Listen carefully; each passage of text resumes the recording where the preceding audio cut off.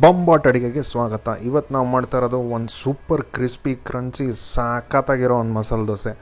ಅದು ನೆನೆಸ್ಕೊಂಡಾಗ ತಕ್ಷಣ ದಿಢೀರ್ ಅಂತ ಮಾಡ್ಕೊಳ್ಳೋ ಅಂಥ ಒಂದು ಮಸಾಲೆ ದೋಸೆ. ಬನ್ನಿ ಈ ಸೌಂಡನ್ನ ಕೇಳಿಸ್ಕೊಂಡು ಆಮೇಲೆ ಮಸಾಲೆ ದೋಸೆಗೆ ಹೋಗೋಣ.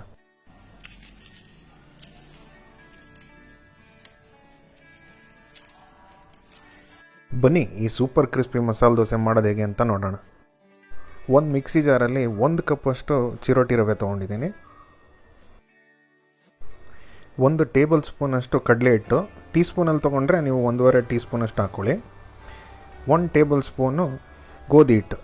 ಇದೆಲ್ಲ ಹಾಕ್ಕೊಂಡು ಏನಿಲ್ಲ ಅಂದ್ರೂ ಒಂದು ನಿಮಿಷವರೆಗೂ ಗ್ರೈಂಡ್ ಮಾಡಿಕೊಂಡು ತೊಗೊಂಬರೋಣ. ಇವಾಗ ಇದನ್ನು ಒಂದು ಮಿಕ್ಸಿಂಗ್ ಬೌಲಲ್ಲಿ ಹಾಕ್ಕೊಳ್ಳೋಣ. ಅರ್ಧ ಟೀ ಸ್ಪೂನಷ್ಟು ಉಪ್ಪು ಮತ್ತು ಮನೆಯಲ್ಲೇ ಮಾಡ್ಕೊಂಡಿರೋ ಅಂಥ 1 ಕಪ್ಪಷ್ಟು ಮೊಸರು. ಒಂದು ಜ್ಞಾಪಕ ಇಟ್ಕೊಳ್ಳೋದೇನೆಂದರೆ ಮೊಸರು ಹುಳಿ ಇರಬಾರ್ದು. ಇದೆಲ್ಲ ಹಾಕ್ಕೊಂಡು ಚೆನ್ನಾಗಿ ಒಂದ್ಸಲ ಮಿಕ್ಸ್ ಮಾಡಿಕೊಂಡು ಇದನ್ನು ಒಂದು 10ರಿಂದ 15 ನಿಮಿಷ ಸೈಡ್ಗೆ ಎತ್ತಿಟ್ಬಿಡೋಣ. ಅಷ್ಟರಲ್ಲಿ ನಾವು ಆಲೂಗಡ್ಡೆ ಪಲ್ಯ ಮಾಡ್ಕೊಂಬಿಡೋಣ. ನೋಡಿ, ಈ ಥರ ಗಟ್ಟಿನೇ ಕಲಿಸ್ಕೊಂಡು ಇದನ್ನು ಸೈಡಲ್ಲಿ ಎತ್ತಿಟ್ಬಿಡೋಣ ಒಂದು 15 ನಿಮಿಷಕ್ಕೆ. ಈ ಪ್ಯಾನಲ್ಲಿ 1 ಟೀ ಸ್ಪೂನಷ್ಟು ಎಣ್ಣೆ ತೊಗೊಂಡು ಒಂದು ಅರ್ಧ ಟೀ ಸ್ಪೂನಷ್ಟು ಸಾಸಿವೆ ಹಾಕ್ಕೊಳ್ಳೋಣ. ಇದು ಚಟಪಟ ಅನ್ನೋವಾಗ ಇದಕ್ಕೆ ಅರ್ಧ ಟೀ ಸ್ಪೂನಷ್ಟು ಕಡಲೆಬೇಳೆ, ಇನ್ನು ಅರ್ಧ ಟೀ ಸ್ಪೂನಷ್ಟು ಉದ್ದಿನಬೇಳೆ ಹಾಕ್ಕೊಳ್ಳೋಣ. ಇದಕ್ಕೆ ನಾನಿಲ್ಲಿ ಇವಾಗ 2 ಹಸಿರು ಮೆಣಸಿನ್ಕಾಯಿ ಹಾಕ್ಕೊತಾ ಇದ್ದೀನಿ. ನಿಮಗೆ ಖಾರ ಜಾಸ್ತಿ ಬೇಕಿದ್ದರೆ ಇನ್ನೊಂದೆರಡು ಎಕ್ಸ್ಟ್ರಾ ಹಾಕ್ಕೋಬೋದು. ಇದೆಲ್ಲ ಸ್ವಲ್ಪ ಎಣ್ಣೆಲಿ ಫ್ರೈ ಆಗಲಿ. ಸ್ವಲ್ಪ ಕಲರ್ ಚೇಂಜ್ ಆದಮೇಲೆ ಇದಕ್ಕೆ ಸ್ವಲ್ಪ ಕರಿಬೇವಿನ ಸೊಪ್ಪು ಹಾಕ್ಕೊಳ್ಳೋಣ. 1 ಚಿಟಿಕೆ ಇಂಗು,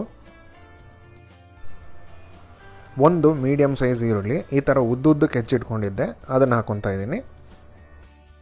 1/4 ಟೀ ಸ್ಪೂನ್ ಅರಿಶಿನದ ಪುಡಿ, ರುಚಿಗೆ ತಕ್ಕಷ್ಟು ಉಪ್ಪು ಹಾಕ್ಕೊಂಡು ಇದನ್ನು ಚೆನ್ನಾಗಿ ಫ್ರೈ ಮಾಡ್ಕೊಳ್ಳೋಣ. ಏನಿಲ್ಲ ಅಂದರೂ ಒಂದು 3ರಿಂದ 4 ನಿಮಿಷವರೆಗೂ ಫ್ರೈ ಮಾಡ್ಕೊಳ್ಳೋಣ. ಇದು ಕಂದು ಬಣ್ಣ ಬರೋದೇನು ಬೇಡ, ಬಟ್ ಚೆನ್ನಾಗಿ ಸಾಫ್ಟಾಗಿ ಕ್ರಿಸ್ಪಿಯಾಗಿ ಆಗಬೇಕು ಈ ಈರುಳ್ಳಿ. ಇವಾಗ ಈ ಥರ ಚೆನ್ನಾಗಿ ಫ್ರೈ ಆದಮೇಲೆ 2 ದೊಡ್ಡ ಸೈಜಿಂದು ಆಲೂಗಡ್ಡೆ ಬೇಯಿಸಿಟ್ಕೊಂಡಿದ್ದೆ, ಅದನ್ನು ಹಾಕ್ಕೊತಾ ಇದ್ದೀನಿ. ಇದನ್ನು ಹಾಕ್ಕೊಂಡು ಚೆನ್ನಾಗೆ ಮ್ಯಾಶ್ ಮಾಡೋಣ. ಆಲೂಗಡ್ಡೆನೂ ಅಷ್ಟೇ, ತೀರಾ ಅಮ್ಕಕ್ಕೆ ಹೋಗ್ಬೇಡಿ. ಸ್ವಲ್ಪ ದಪ್ಪಗೂ ಸಿಗಬೇಕು, ಸ್ವಲ್ಪ ಸಣ್ಣಗೂ ತಿರುಗಬೇಕು, ಪೇಸ್ಟ್ ಥರ ಆಗಬಾರ್ದು. ಹಾಗೆ ಒಂದ್ಸಲಿ ಈ ಥರ ಮಿಕ್ಸ್ ಮಾಡ್ತಾನೆ ಒಂದ್ಸಲಿ ಉಪ್ಪು ಚೆಕ್ ಮಾಡ್ಕೊಂಬಿಡಿ. ಸ್ವಲ್ಪ ಲೈಟಾಗಿ ಉಪ್ಪು ಬೇಕಿದ್ರೆ ಸ್ವಲ್ಪ ಹಾಕ್ಕೊಳ್ಳಿ. ಇವಾಗ ಸ್ಟವ್ನ ಆಫ್ ಮಾಡಿಕೊಂಡು ಸ್ವಲ್ಪ ಕೊತ್ತಂಬರಿ ಸೊಪ್ಪು ಹಾಕ್ಕೊಂಡು ಇದನ್ನು ಸೈಡಲ್ಲಿ ಎತ್ತಿಟ್ಕೊಂಬಿಡೋಣ.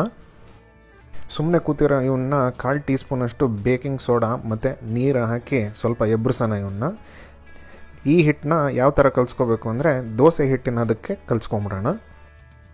ನೋಡಿ, ಈ ಥರ ತೀರಾ ಗಟ್ಟಿನೂ ಅಲ್ಲ, ತೀರಾ ತೆಳುಗೂ ಇರಲ್ಲ, ಆ ಥರ ಅದಕ್ಕೆ. ಬನ್ನಿ ಇವಾಗ ದೋಸೆ ಮಾಡ್ಕೊಳ್ಳೋಣ. ದೋಸೆನೂ ಅಷ್ಟೇ, ಯಾವಾಗಲೂ ಮೀಡಿಯಮ್ ಫ್ಲೇಮಲ್ಲಿ ಮಾಡ್ಕೊಳ್ಳಿ. ಫಸ್ಟ್ ಮೀಡಿಯಮ್ ಇಟ್ಟು ಆಮೇಲೆ ಬೇಕಂದರೆ ಸ್ವಲ್ಪ ಹೈ ಮಾಡ್ಕೋಬೋದು, ಬಟ್ ನೀವು ದೋಸೆ ಹಾಕಬೇಕಾದ್ರೆ ಮೀಡಿಯಮ್ ಫ್ಲೇಮಲ್ಲೇ ಹಾಕ್ಕೊಳ್ಳಿ. ನೋಡಿ, ಈ ಥರ ಹಾಕ್ಕೊಂಡು ಸ್ವಲ್ಪ ಬೆಂದಾದಮೇಲೆ ಇದಕ್ಕೆ ಚೆನ್ನಾಗಿ ತುಪ್ಪ ಹಾಕೋಣ. ತಿನ್ನೋದು 2-3 ದೋಸೆ ಅಲ್ವಾ, ಸ್ವಲ್ಪ ಎಣ್ಣೆ ಅಥವಾ ತುಪ್ಪ ಸ್ವಲ್ಪ ಜೋರಾಗೆ ಹಾಕ್ಕೊಳ್ಳಿ. ಇದಕ್ಕೆ ಡಯಟ್ ಕಾನ್ಷಿಯಸ್ ಇರೋರು ಸ್ವಲ್ಪ ಕಮ್ಮಿ ಹಾಕ್ಕೊಳ್ಳಿ.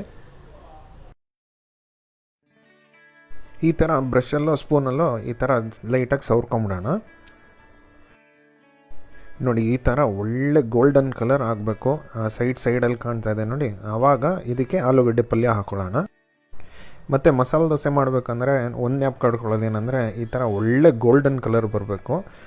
ಆ ಥರ ಗೋಲ್ಡನ್ ಕಲರ್ ಬಂದಾದಮೇಲೆ ನೀವು ತೆಗೆದ್ರೆ ಕ್ರಿಸ್ಪಿಯಾಗಿರುತ್ತೆ. ನೀವು ಸ್ವಲ್ಪ ಅರ್ಜೆಂಟಾಗಿ ಜಲ್ದಿ ತೆಗೆದ್ರೆ ಅದು ಕ್ರಿಸ್ಪಿಯಾಗಿರಲ್ಲ, ಸಾಫ್ಟಾಗಿರುತ್ತೆ ದೋಸೆ. ನೋಡಿ, ಈ ಥರ ಬರಬೇಕು ಒಳ್ಳೆ ಕಲರ್. ಪ್ರತಿಯೊಂದು ಮಸಾಲೆ ದೋಸೆ ಪ್ರಿಯರಿಗೆ ಈ ಥರ ಒಂದ್ಸಲಿ ಟ್ರೈ ಮಾಡಿ ನೋಡಿ ಅಂತ ಹೇಳ್ತಾ ಈ ವಿಡಿಯೋನ ಮುಗಿಸ್ತಾ ಇದ್ದೀನಿ.